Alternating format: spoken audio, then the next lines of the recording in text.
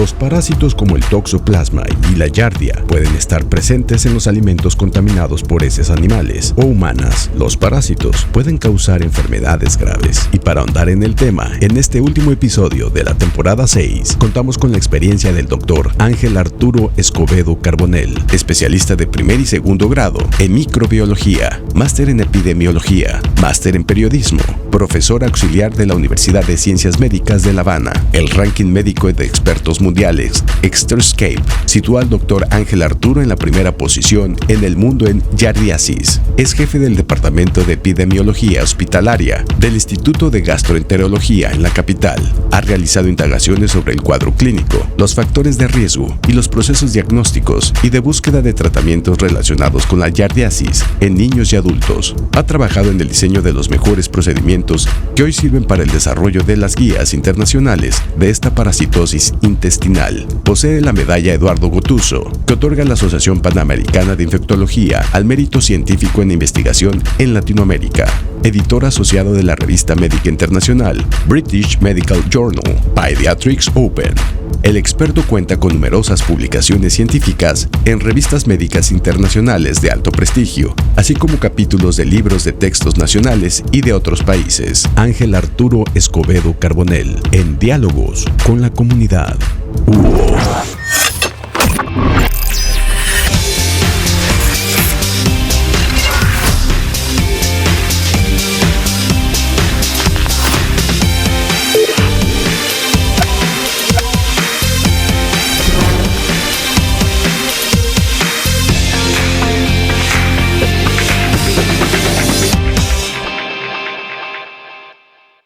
Bienvenidos a la Universidad Olmeca. Hoy estamos en un espacio que queríamos compartir con ustedes. Es el espacio donde aprenden y trabajan nuestros estudiantes de enfermería en la Escuela Internacional de Ciencias de la Salud, y nos pareció un lugar muy ad hoc para tener un diálogo, que es con el que cerramos esta sexta temporada, que es una plática con el doctor Ángel Arturo Escobedo Carbonell. Ya ustedes en la introducción conocieron su muy amplio currículum, y es un lujo para nosotros poder platicar con él en razón de una visita que hizo a la Universidad de Olmeca, en la que dio una conferencia que fue muy exitosa. También tuvo una vinculación con autoridades de la Secretaría de Salud. Y bueno, pues lo que quisimos es hoy cerrar con broche de oro esta etapa platicando con él. Estimado doctor, bienvenido. Muy buenas. Nos da mucho gusto poder platicar y sobre todo compartir las experiencias que usted ha tenido en este contexto. Me permitiría preguntarle en primera instancia, usted es un especialista en algo que yo he escuchado en últimos meses, porque tengo en la casa de usted gatitos y una perrita, y la famosa giardiasis. Luego cuando voy, la veterinaria me dice, es que tiene una giardiasis, ¿no? Entonces me da una medicina para que la cure, tiene que hacerlo 3 días, etcétera. Pero bueno, esto incluso ahora, previo a sentarme con usted a platicar, pues también le pregunté al tío Google, ¿no? Que es este famoso asesor para entender las cosas, y pareciera que la giardiasis pues es un tema que se puede aliviar en 3, 4, 5 días con un medicamento, aunque puede repetir. Pero yo quisiera que nos explicaras a todos los que están escuchándonos hoy en redes sociales, también en una estación de televisión, TVT, que nos hace la gentileza de reproducir también nuestros programas. ¿Cuál es la importancia de este padecimiento? ¿Qué es la giardiasis y cuáles son sus efectos en un momento determinado? ¿Si se atiende mal o no se atiende? Inicialmente, además del gusto de estar acá con ustedes, que obviamente es algo que he experimentado desde que llegué, bueno, pues además de agradecerle mi presencia acá, bueno, pues me gustaría comentarle tal como me pregunta. La giardiasis es una enfermedad que en el presente, en algunos países países industrializados, se considera como una enfermedad reemergente, o sea, una enfermedad que en algún momento tuvo un mejor control, pero que puede aumentarse en estas épocas. Sin embargo, bueno, en los países nuestros, países de menos desarrollo, bueno, pues es una enfermedad que muchas veces tiene un nivel de endemicidad, o sea, con determinada frecuencia uno puede ver este tipo de parasitismo por el parásito que se conoce como Giardia lamblia, un parásito que fue el primero que se vio, primer protozoo que se vio bajo la lente de un microscopio, pero que a pesar de tantos años que llevamos quizás batallando con él, la realidad es que, bueno, sigue presente en nuestras vidas.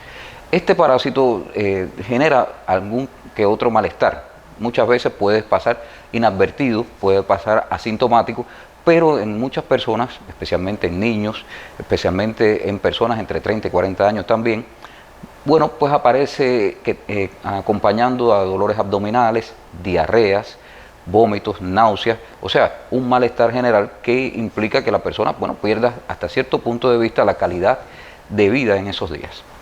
Si bien es cierto que esta parasitosis puede cursar de manera asintomática, como ya habíamos dicho, o que en algunos momentos pueda tener un fin, o sea, ser autolimitada, o sea, que se cure sola, lo cierto está que un grupo de personas desarrollan síntomas más severos y pueden desarrollar un cuadro crónico.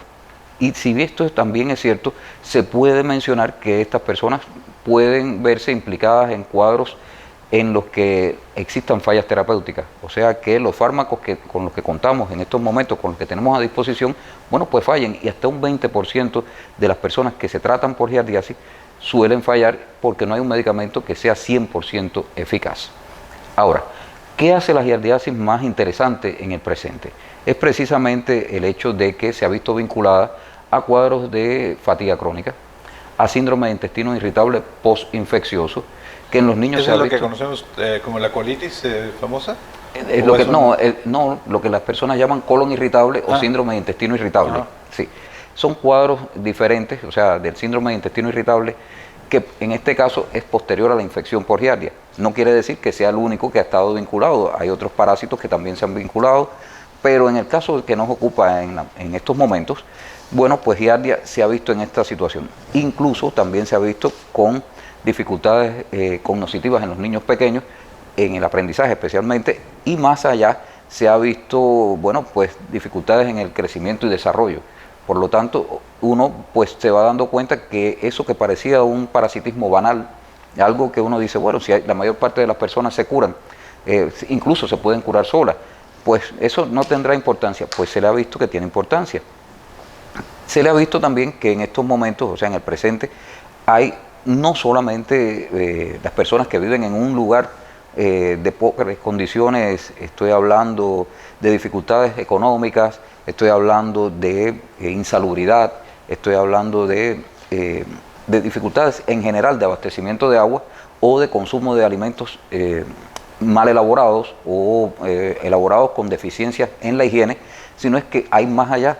Por ejemplo, se ha visto en determinados grupos como niños pequeños que asisten a círculos infantiles, a guarderías, se ha visto también en inmigrantes, se ha visto entre aquellas personas que viajan a países de alta endemicidad y cuando regresan desarrollan síntomas, o sea, viajeros, pero también se ha visto en hombres que tienen sexo con hombres, demostrándose entonces que, por ejemplo, existe la transmisión interhumana. Estoy hablando, lo mismo que ocurre entre los niños de círculos infantiles, también puede ocurrir claro, bajo determinadas prácticas, por supuesto, pues los niños que asisten a guarderías infantiles, o sea, a lugares donde son cuidados para que sus padres puedan trabajar, bueno, pues tienen ese juego o esos hábitos gregarios que hacen que se transmita la infección de unos a otros, que es algo diferente al hecho de que se transmita de hombre que tiene sexo con hombre, porque ya implica prácticas sexuales como el anilingus. En ese caso, bueno, pues es diferente, pero implica transmisión de una a otra persona. Y también algo que es importante y que está muy relacionado con el enfoque de una salud, que es la salud, como decía, de su mascota. O sea, usted puede tener un gato, usted puede tener un perro, y son animales con los que compartimos determinados genotipos de giardia que nos afectan mutuamente. Por lo tanto, no es nada raro. O sea, ¿sí es factible que un animal contagie a una persona o viceversa? Así mismo es. No es nada raro que uno pueda transmitirle o ellos nos puedan transmitir a nosotros. Por lo tanto, lo que en un momento se pensaba que era algo trivial, banal, algo que no tenía mucha importancia, hoy se reconoce que puede estar dentro del grupo de las enfermedades que se llaman desatendidas, o sea, que cumple con esos criterios junto con la criptosporidiosis, otro tipo de parásito que, bueno, afecta fundamentalmente, bueno, afecta a todas las personas, todos somos susceptibles a una criptosporidiosis, pero existen personas que son más vulnerables a su ataque y en este caso, bueno, pues son aquellas que tienen alguna inmunodepresión. Regresando de vuelta a giardia o a la giardiasis, en el caso de esta parasitosis, bueno, sí es cierto que existen métodos diagnósticos, los métodos diagnósticos no son totalmente efectivos porque a veces como parásito al fin tiene sus momentos de excreción y momentos en los que están más resguardados y eso hace que no se puedan detectar todos los parásitos tempranamente como uno quisiera. Es ese caso entonces que algunas personas cursan sin síntomas y al no ser detectados son los que hacen que perdure la infección en diferentes comunidades. Eso unido, bueno, como habíamos dicho, a condiciones que existan en las comunidades que perpetúen la infección por giardia. ¿Pero ha habido o puede haber en algún momento terminado una pandemia por este problema? Pandemia no, pero brotes epidémicos sí. Hay, de hecho, se reconoce como uno de los principales patógenos que puede generar brotes epidémicos y se han visto tanto en los Estados Unidos como en diferentes países desarrollados. Estoy hablando, por ejemplo, de Noruega. Hubo un brote muy interesante que todavía se estudia. Obviamente, se estudió el brote, se puso tratamiento y demás, pero a partir de ahí empezaron, o sea, no a partir de ahí, ya se sabía un poco, pero bueno, a partir de ese brote comenzaron o se profundizaron los estudios para ver todo esto relacionado con la fatiga crónica y con el síndrome de intestino irritable postinfeccioso, porque si bien es cierto de que a veces resulta difícil tratar la infección por giardia, también se puede decir que una vez tratada, esas personas que padecieron giardia son más susceptibles a estos cuadros que estamos hablando de fatiga crónica y síndrome de intestino irritable postinfeccioso, años después. Por lo tanto, ténganlo presente que no es solamente un parásito que daña en el momento, sino que también puede generar una morbilidad residual. Hoy a nivel planetario estamos observando una migración ya no solamente por aspectos de carácter económico, el tema del cambio climático está provocando migraciones. Estos parásitos, incluyendo el giardia, puede ser un parásito que al moverse las personas puedan llegar a un espacio en donde tradicionalmente, incluso por niveles económicos, industriales, no sería una enfermedad tan presente. Sí, por ejemplo, giardia, a partir de unos estudios que estoy casi terminando, o sea, una revisión sistemática sobre giardiasis en viajeros, pero sabe que hay diferentes tipos de viajeros, no es lo mismo el que va con una mochila a un campamento y anda caminando y toma el agua donde la encuentra, es diferente a aquella persona que vivía en México, por decir, y viajó, ya vive permanentemente en otro país, pongamos por ejemplo los Estados Unidos o cualquier otro, y cuando regresa a México vuelve y tiene sus mismas costumbres porque se siente en casa. Ese es otro tipo de viajero. Hay otro tipo de viajeros que son, digamos, las personas que han sido desplazadas de sus países. Existen otros tipos de viajeros como los militares o quizás las personas que como yo están de visita en México, pero yo vivo en otro entorno, o sea, en Cuba. Y bueno, como digo, los viajeros todos, si bien es cierto que tenemos el mismo cartel, o sea, el mismo chaleco de viajeros, como le decía, no todos son iguales. Obviamente, sí hay algo que influye, que cuando la persona llega con el parásito, pongamos por ejemplo el que decide vivir, que viva de México a vivir a los Estados Unidos, arrastra sus costumbres, pero además puede que sea una persona de muy elevados ingresos económicos, pero si es una persona de más bajos ingresos económicos no suele vivir en los mejores lugares de los Estados Unidos, o sea, suele vivir en lugares más digamos... Sí, con un nivel socioeconómico menor y no con los componentes que uno entiende de un país industrializado. Exactamente, entonces de repente esa persona, bueno, pues no es precisamente la persona que más se beneficia de todos esos componentes de un país industrializado y son esas las personas que perpetúan en ese entorno que estamos hablando el parasitismo por giardia. Doctor, en la lectura previa a esta plática, me enteré de que hubo en algún momento una vacuna contra la giardiasis, pero que se dejó de aplicar porque resultaba que no era tan efectiva, pero además tenía efectos colaterales. ¿Una vacuna puede resolver este asunto? Una vacuna pudiera resolver el problema, obviamente, sería lo ideal, pero en estos momentos sí existe una vacuna, o sea, una vacuna pero para animales.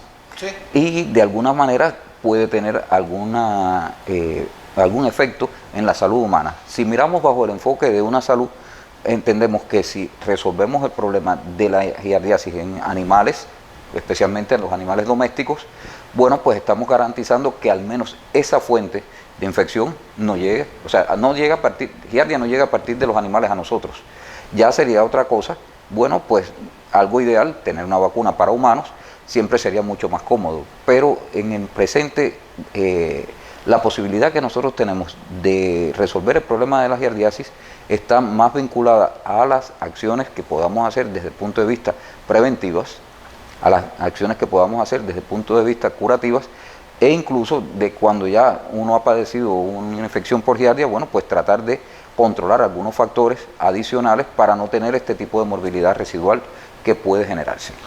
Doctor, platicando previo y también el doctor Sócrates Pardón me compartió esta pues praxis que me parece que los médicos de manera cotidiana realizan, que es el tema de la investigación, pero usted también la ha vinculado al aspecto del periodismo, ¿no? Este tema de la comunicación, en el caso de usted, ¿cómo vincula usted el tema de la comunicación con su tarea y su área de investigación en el área médica? Hay muchas formas. Ahora me lo puso más fácil aún. Porque de repente, a ver, desde todo punto de vista es importante. Comunicar es un arte. No digo yo que yo sea el mejor artista de la comunicación, pero sí, por ejemplo, en el momento de comunicar no es lo mismo hacer una presentación y saber en qué momento, o sea, cómo entrar a un auditorio, primero que todo hay 4 componentes, como sabes. Hay que tener mucho de saber quién es la audiencia que nos está atendiendo. Porque el público objetivo, como decimos, ¿no? El público diana o objetivo, porque al final todo depende. Si estamos hablando en un escenario, existen audiencias cautivas y no cautivas. No es lo mismo de repente saber, los alumnos míos en la Universidad de Medicina los tengo cautivos. ¿Por qué? Porque ellos tienen que ir, saben que tienen que recibir una nota, y para tener la nota tienen que tener además asistencia. O sea, no es solamente el conocimiento, sino haber asistido a clases y demás. Entonces se lo tienen que aprender. Pero la persona que lo escucha uno por la radio, que escucha o que va a leer un documento, lo mismo en prensa digital o en prensa impresa, bueno, pues en cualquiera de estos casos, estos pues tienen que encontrar que les sea agradable, porque de otra manera cambian de canal. O sea, en ese caso entonces se impone conocer los cuatro componentes, o sea, el mensaje, la fuente, el canal y la audiencia. Obviamente, a las personas les gusta que sea un líder de opinión, alguien que conoce del tema, quien le esté dando el mensaje. Y eso facilita un poco las cosas. Pero esa persona que emite el mensaje tiene que saber, bueno, que del otro lado, cuáles son sus objetivos, sus principales motivaciones con respecto a esto. Y eso, el conocer un poco más del tema de comunicación y adentrarme en esto, me ha facilitado el hecho de poder interpretar primeramente quiénes tengo delante, tratar de saber qué les interesa y tratar de motivarlos con determinados aspectos que pueden motivar que continúen conectados con uno. Por ejemplo, si uno está en una visita de museo, pues es un poco más distante el hecho de que las personas quieran que uno les dé los términos tan científicos, y si se los puede dar, lo cual no es incorrecto, bueno, pero es que se los decodifique también. En los alumnos míos de medicina yo le doy el término científico, se los decodifico, pero le exijo el término científico después.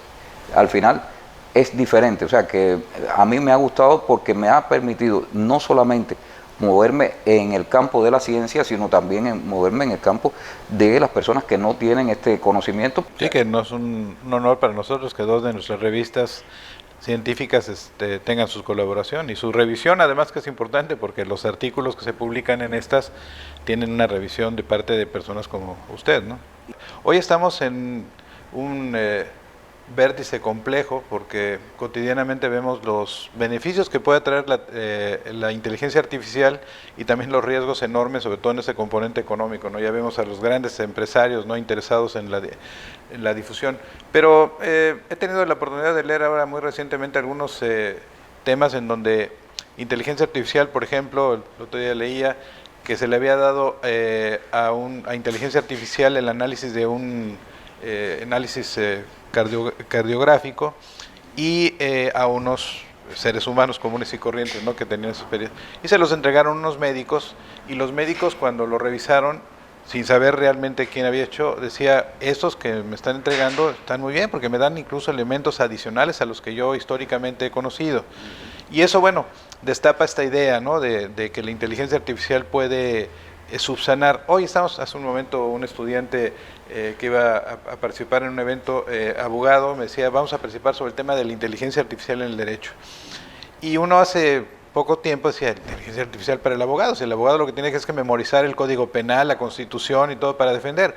Pero ahora que estamos haciendo algunas vinculaciones con algunas escuelas europeas, nos planteaban para derecho, pues que el abogado tiene que entender lo que es inteligencia artificial, lo que es el Bitcoin y todos esos elementos que parecían.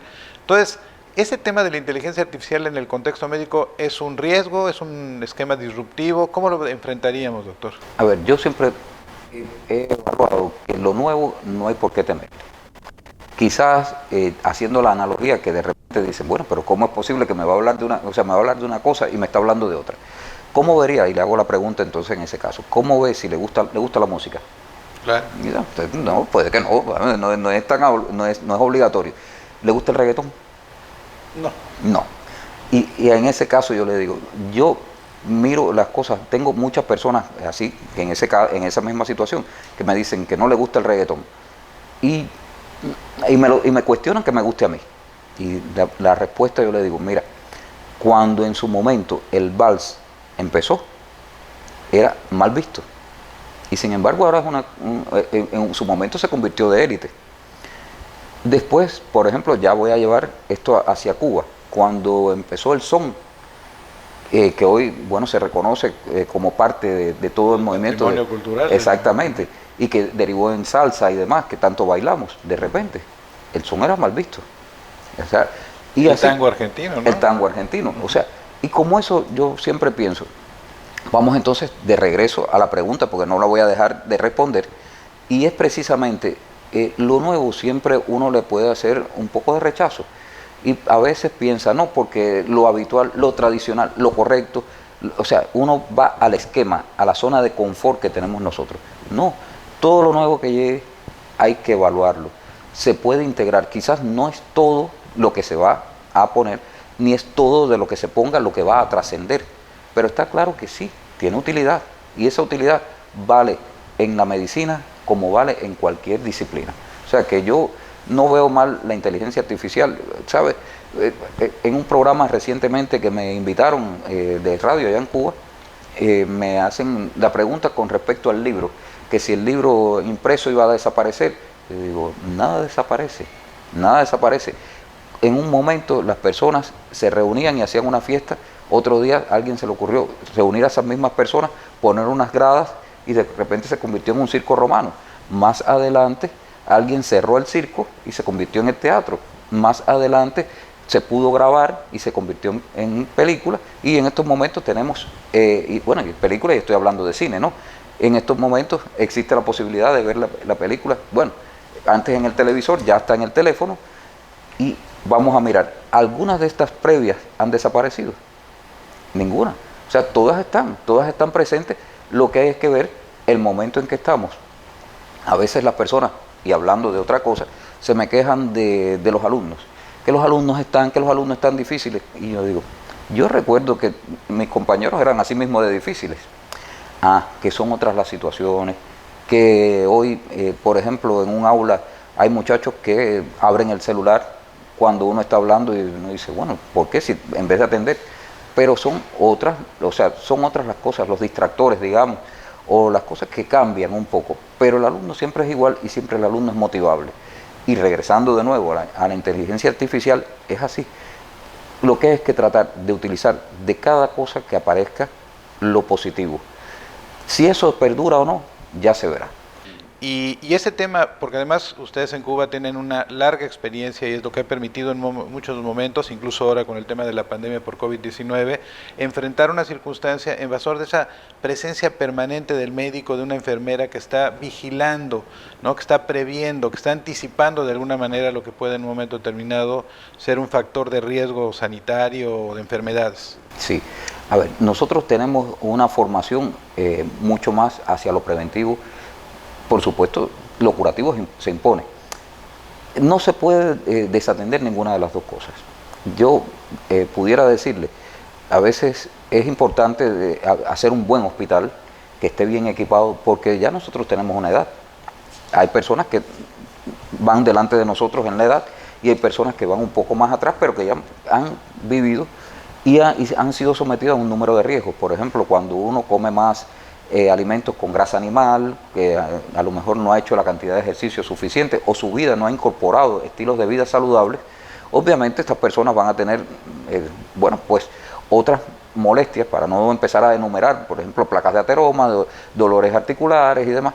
Bueno, estas personas con estos problemas tienen que tener servicios que puedan dar solución a esos problemas. Sin embargo, a la par debe ir otra infraestructura acompañada de lo que tiene que expresar la parte de estilos de vida saludables, o sea, instituciones deportivas, sembrado, por ejemplo, de girasol, donde se pueda extraer aceite de girasol o de soya, o quizás las personas, pues que se desplacen a consumir mejor aceite de oliva, por ejemplo.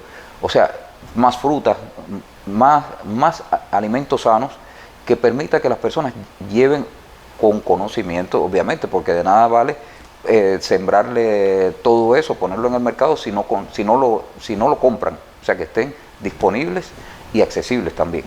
En esos casos, bueno, pues es todo, porque medicalizar la salud es fatal. O sea, creer que si uno tiene más médicos va a resolver los problemas, no funciona. Funciona, obviamente, funciona, pero no a largo plazo, funciona de manera de intervención en ese momento, pero cuando uno no piensa en el futuro, bueno, pues eso nada más que le va a funcionar para ir tratando infartados o quienes tengan determinados problemas ya intercurrentes.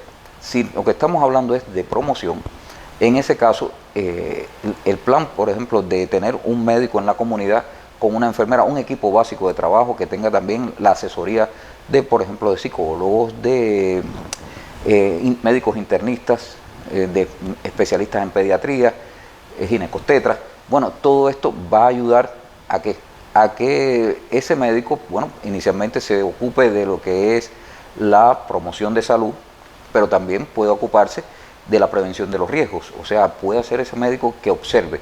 ¿Para qué? Para que ayude a las personas a construir su propia salud, porque no debe ser que el médico sea el responsable de la salud de nadie. Yo, de hecho, no me siento responsable de nadie. Cuando mis pacientes van a la consulta, yo le explico cómo es que se puede infectar una persona. Yo no le digo que usted se infectó por tomar agua de cualquier lugar, porque no sé si fue así, a lo mejor fue un alimento. Yo le explico cuáles son las condiciones. Después de esta explicación, lo otro que yo le digo es que yo no me puedo ir para la casa con usted. Usted es el responsable de poder hacer algunas de estas cosas, de hacer los cambios favorables si quiere resolver el problema. Yo le estoy dando las herramientas porque le digo cómo y al mismo tiempo le doy el medicamento. No se lo doy, o sea, le hago la prescripción, obviamente, del medicamento que le puede servir para curar esta enfermedad. Pero, lógicamente, es responsabilidad suya no reinfectarse, porque si me voy con usted para su casa, el de atrás, ¿quién lo va a atender? Obviamente no queda de otra. Pero sí es muy bueno tener médicos en las comunidades, pero los médicos tienen que estar motivados. Por ejemplo, si un médico se forma en una universidad, donde nos formamos todos, ¿no? Pero tiene que tener un vínculo comunitario. El médico que se forma en un hospital va a admirar a quién. ¿Quiénes son sus profesores? Los grandes clínicos, los grandes cirujanos. Es muy difícil que se admire después de uno haber trabajado en un gran hospital donde de repente llega un paciente y se entra por un tomógrafo y se le hacen un número de diagnósticos. Es muy difícil admirar al médico que está sentado en una casita tranquilo atendiendo a su comunidad, y ese médico está haciendo tanto o más que ese otro que trabaja en un hospital.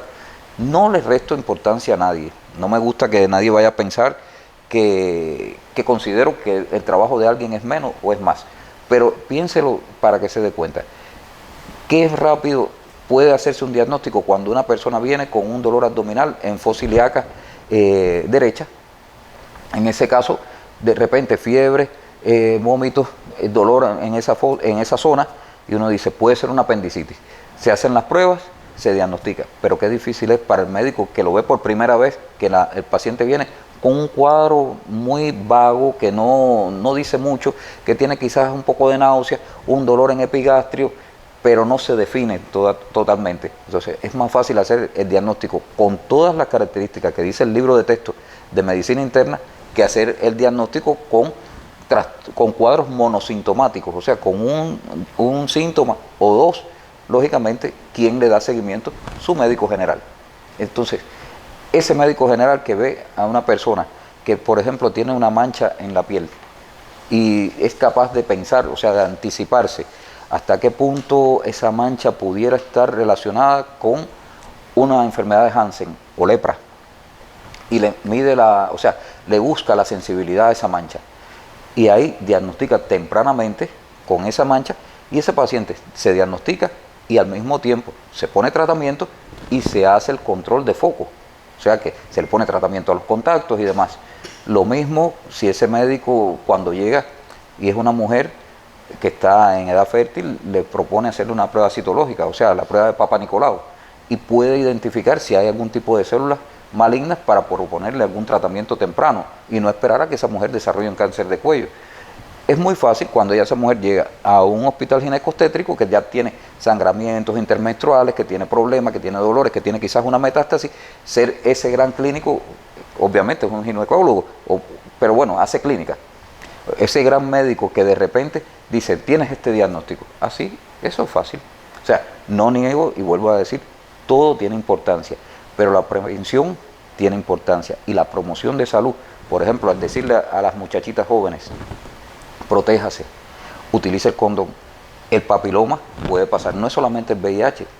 El VIH, obviamente, o sea, el virus de la inmunodeficiencia humana tiene importancia, pero existen otras afecciones que también pueden pasar a partir de la relación sexual y puede ponerla en riesgo, además de un embarazo no deseado que puede de alguna manera, bueno, pues cortar tus deseos de crecimiento tanto personal como económico y social.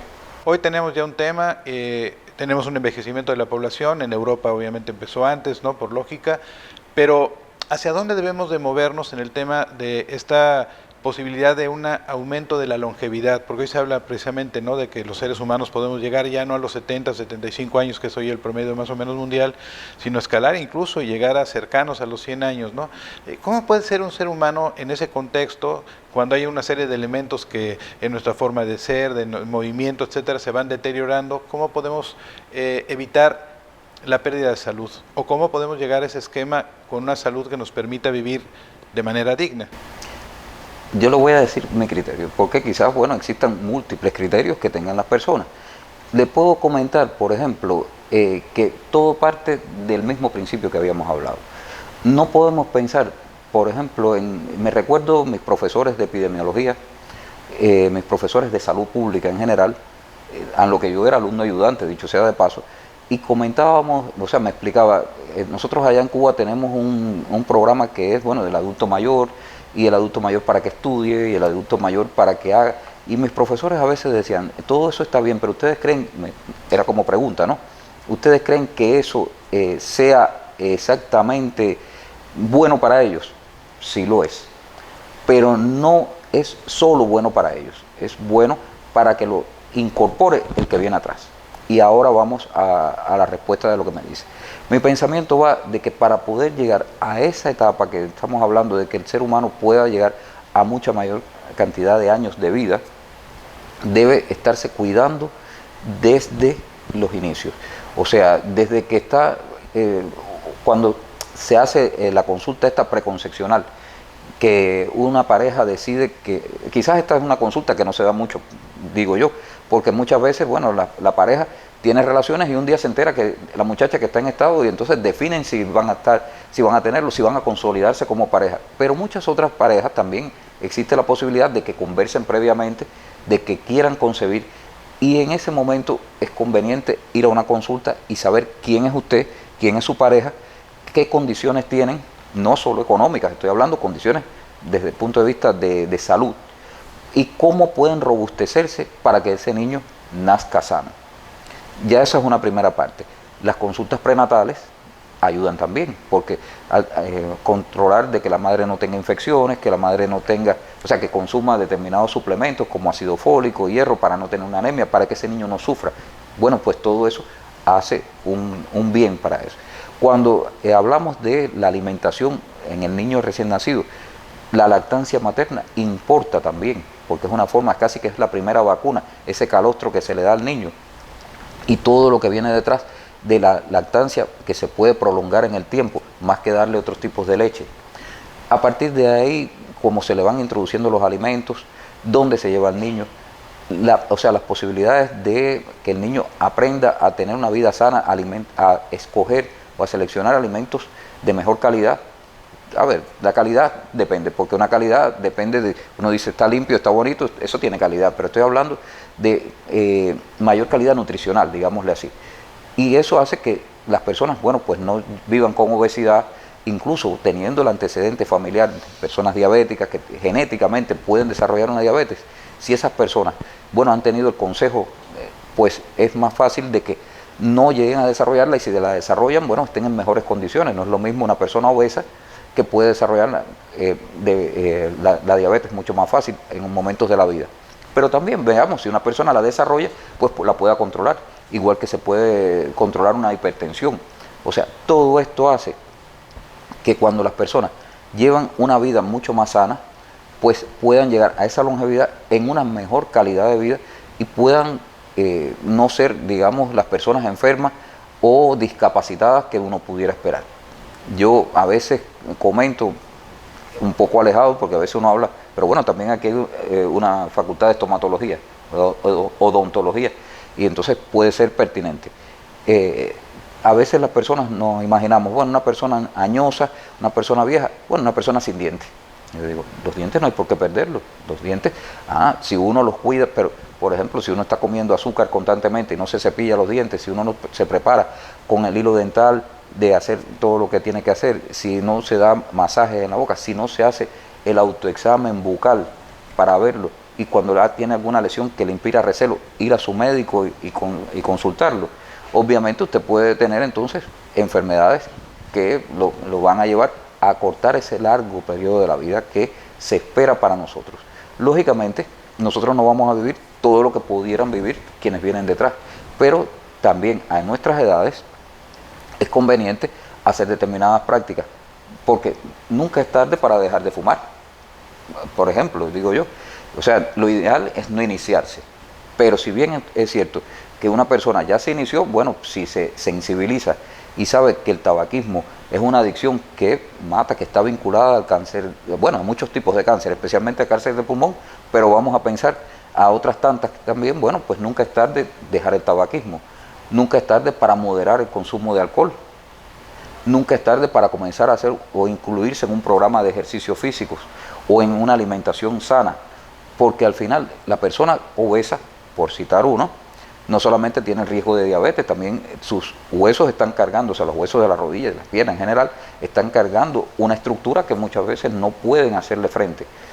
Entonces, ya no es la persona solamente que tiene riesgo de diabetes o que ya es diabética, es también que es una persona que le cuesta trabajo movilizarse, es una persona que tiene dificultades y la vida se le hace más tórpida. Bueno, pues todo eso se puede corregir a partir de determinadas actividades que aún en esa edad, bueno, se pueden hacer. Otra es el entretejido social. Bueno, doctor, pues ha sido un placer platicar con usted, la verdad. Podríamos estar aquí mucho tiempo. De verdad le agradezco mucho que nos haya hecho la gentileza de aceptar en esta visita a la Universidad Olmeca, en donde ha habido varias actividades, pues hacer este diálogo que va a quedar obviamente para que nuestros estudiantes, para que los que nos ven a través de las redes sociales y la televisión lo puedan ver. Le damos muchas felicitaciones por su trabajo, por este esfuerzo para enfrentar un tema parasitológico que desde luego no debemos de ver con trivialidad, pero también por el ejercicio, ¿no? De la comunicación, que al final del día creo que es un elemento central. Nosotros hemos enfatizado mucho a los jóvenes universitarios y en especial a los médicos que tienen que saber comunicarse, ¿no? Entender al paciente, comunicarse adecuadamente, y eso creo que es un tema que usted lo ha desarrollado muy bien y se lo agradecemos mucho. Un placer, doctor. El placer es para mí. Pues estuvimos con el doctor Ángel Arturo Escobedo Carbonell, que es el jefe del Departamento de Epidemiología Hospitalaria, platicando con él de manera pues, muy amplia sobre distintos temas. Empezamos con el tema de esta parasitología, pero pues hablamos sobre comunicación y sobre todo el cuidado de la salud, ¿no? Es un tema que debemos enfatizar. Creo que la definición que se preserva a lo largo del tiempo es que la salud es la ausencia de enfermedad y hay que ser médicos, pero no curativos, aunque curen, pero que sean preventivos en un momento determinado. Gracias, doctor. Un placer. Gracias a ustedes que estuvieron con nosotros en este último capítulo de nuestra 6ª temporada, una plática muy rica, y bueno, los invitamos, si Dios nos lo permite, para que la 7ª temporada, que empezará pronto, pues tenga tantos participantes tan ricos en expresiones y tan importantes para nuestra universidad. Muchas gracias y hasta la próxima.